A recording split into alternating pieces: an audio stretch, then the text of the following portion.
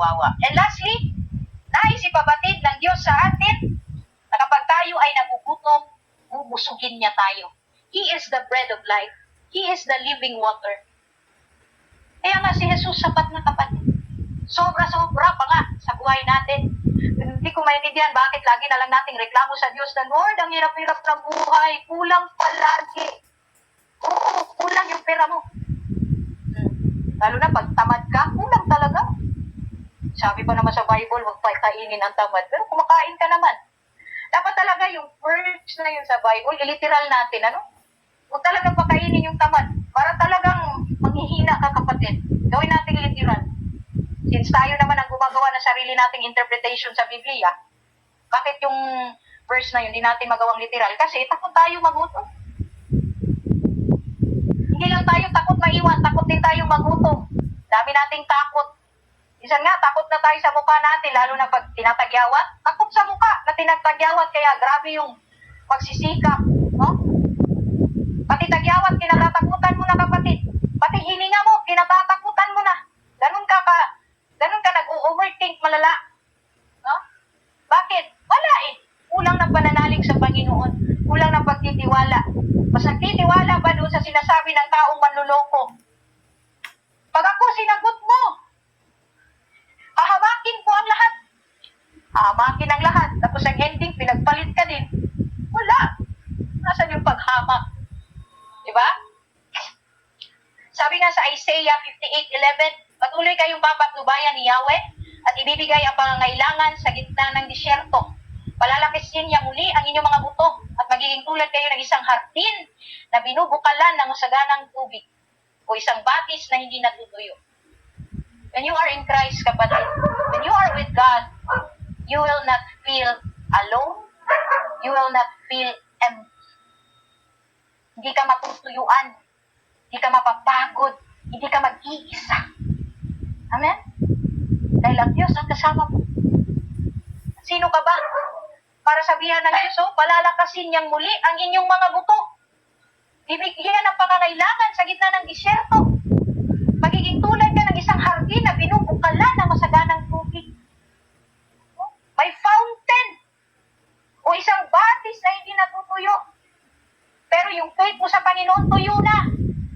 Yung faith mo sa Panginoon, malamig na. Believe din naman ako sa mga tao na gusto lang pagpalain, pero walang ginagawa. No? Yun tayong tao eh. Gusto lang natin pagpalain tayo ng pagpalain. Pero pagdating na sa gawain, wag na. Naglalahong gula. Parang gula, naglalaho. Wala pa nga sinabi si pastor, sister, ano ka ha? Ganun pala sinabi, hindi pa nga masabi ng diretso kasi nga, kilala na tayo.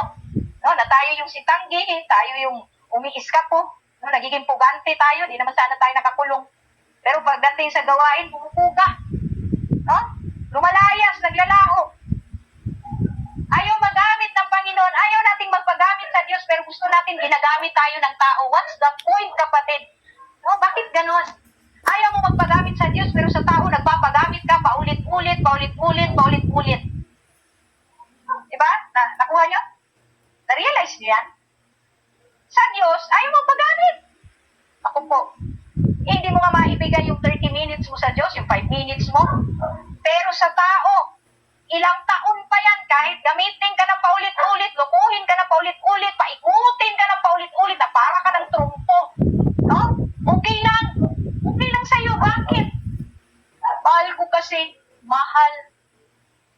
Sana yung pagmamahal mo dyan sa tao, ay ganyan din yung pagmamahal mo sa Diyos.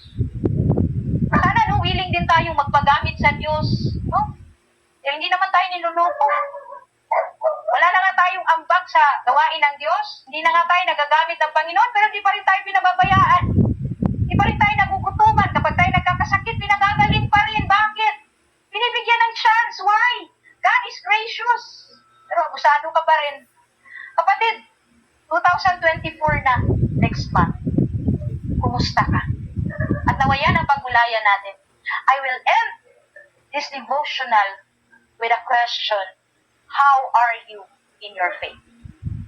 Naway meron tayong natutunan at magpasiyasa tayo sa Panginoon, magpabasag, magpabago. Siyasatin natin yung mga sarili natin Kung karapat-dapat ba tayo sa blessing ng Lord araw-araw? Nararapat ba tayong gisingin, mabuhay pa, may hininga pa? Nararapat pa ba tayong huminga araw-araw? Dahil kung hindi, kapatid, maybe it's about time, mabawasan man lang ang populasyon ng mundo. Lalo na doon sa mga taong wala namang ambag pagdating sa gawain ng Panginoon. Amen?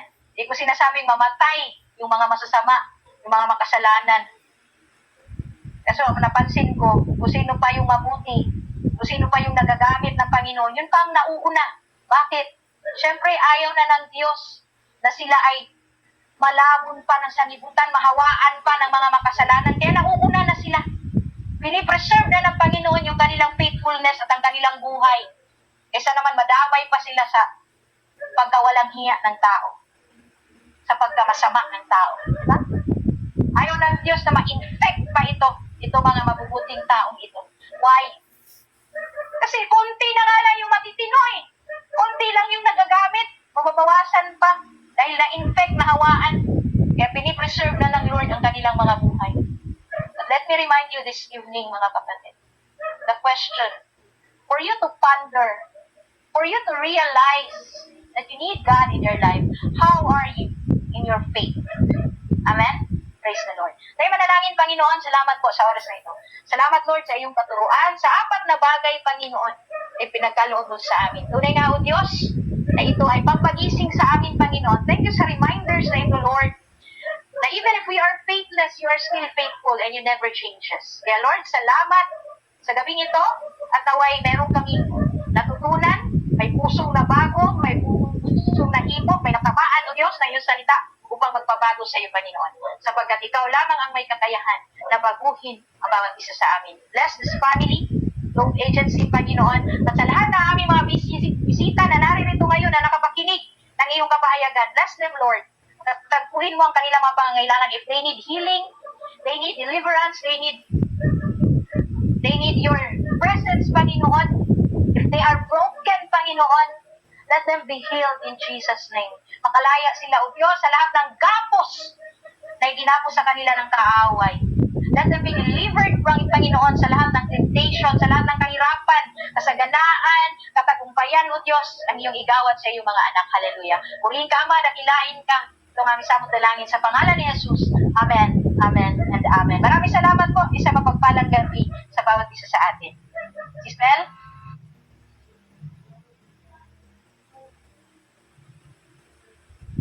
Wala yata. Sisiba yata si Ate Mel.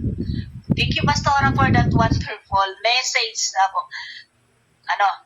Talagang double-edged sword. Alam mo yung tagos. Hi, everybody. Nandyan ba kayo? Baka lumayas na kayo dyan. Nagtakip na kayo ng inyong tainga. Ano na sila, pugante. Puga na sila. Pugante. Ako yung nakikinig din yung asawa ko. Sabi niya, tama yan. So, tumama pa. Tama po, tama naman yan. Sabi niya. So, tama talaga po na tagos. Hello, bro. Bro, hello. Gandang gabi. Sabi niya, tama naman yan. Sabi niya, kasi sabi mo nga na, yung katawan natin, di ba, balik din yan sa lupa. Tama yan. So, ako nakikinig siya. Ayan. So, I really, totoo po na tagos sa puso po ang mensahe ng Panginoon sa gabing ito. Sana po meron po tayong natutunan.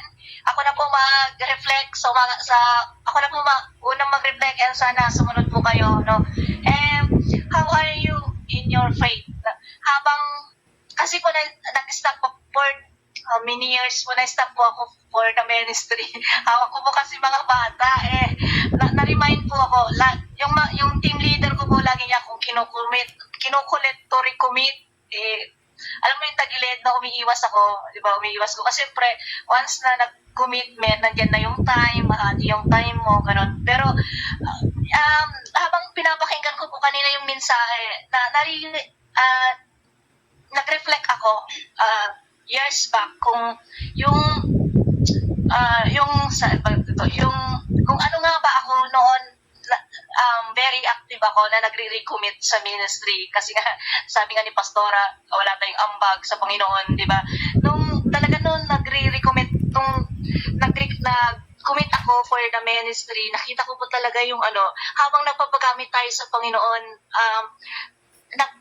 yung faith po natin, tapos yung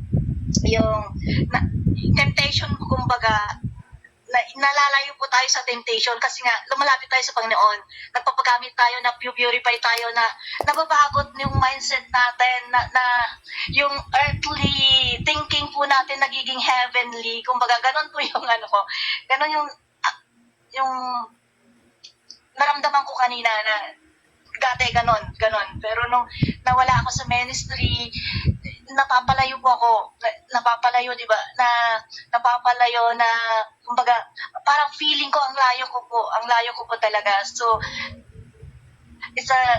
na-remind po ako dito na how's my faith sa Panginoon. And tonight sa way din po ng Panginoon yung laging pangungulit ng leader ko sa akin, kumusta ako, pwede ko bang i-handle yung ganito, baka pwede akong sa ganitong ministry, kasi umaayaw ako kasi minsan yung commitment, di ba? So, how's my faith? And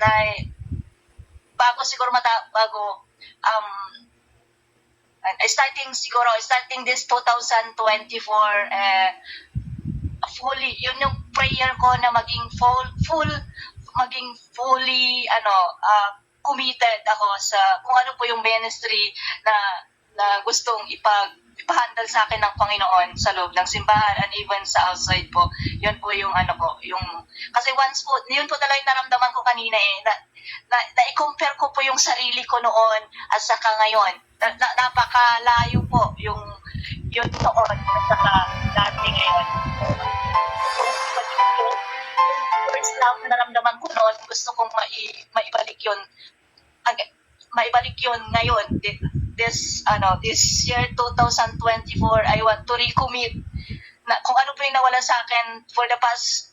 Gusto ko yung ibalik yun, yung emptiness sa heart ko. Gusto kong mapalitan yun ng joy, yung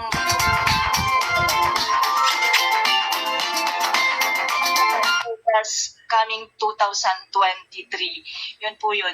Thank you everyone. I hope na naintindihan po yung reflection ko. Hello po, si Ate Bel, nalaglag na. Okay. Nandiyan si Ate Merna sa number 7. Nandiyan si Trix sa number 8. Nandiyan si Judy sa number 9. And sa mga gusto pong mag-reflect, pa-up din lang kayo dyan sa taas. And mag-start po tayo ng reflection kay Ate Bel. At tingnan nandiyan na po nag-comment dyan sa baba kanina. Kay Ate Bel.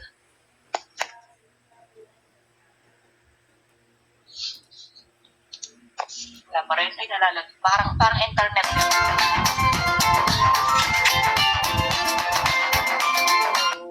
Pwedeng ako rin. Tapos Sige. akong susunod. Nalaglag si Ate Bel. Sige, ikaw na po, Ate. Okay. Talagang nakaka-touch talaga yung mensahe na yun. Talagang double-edged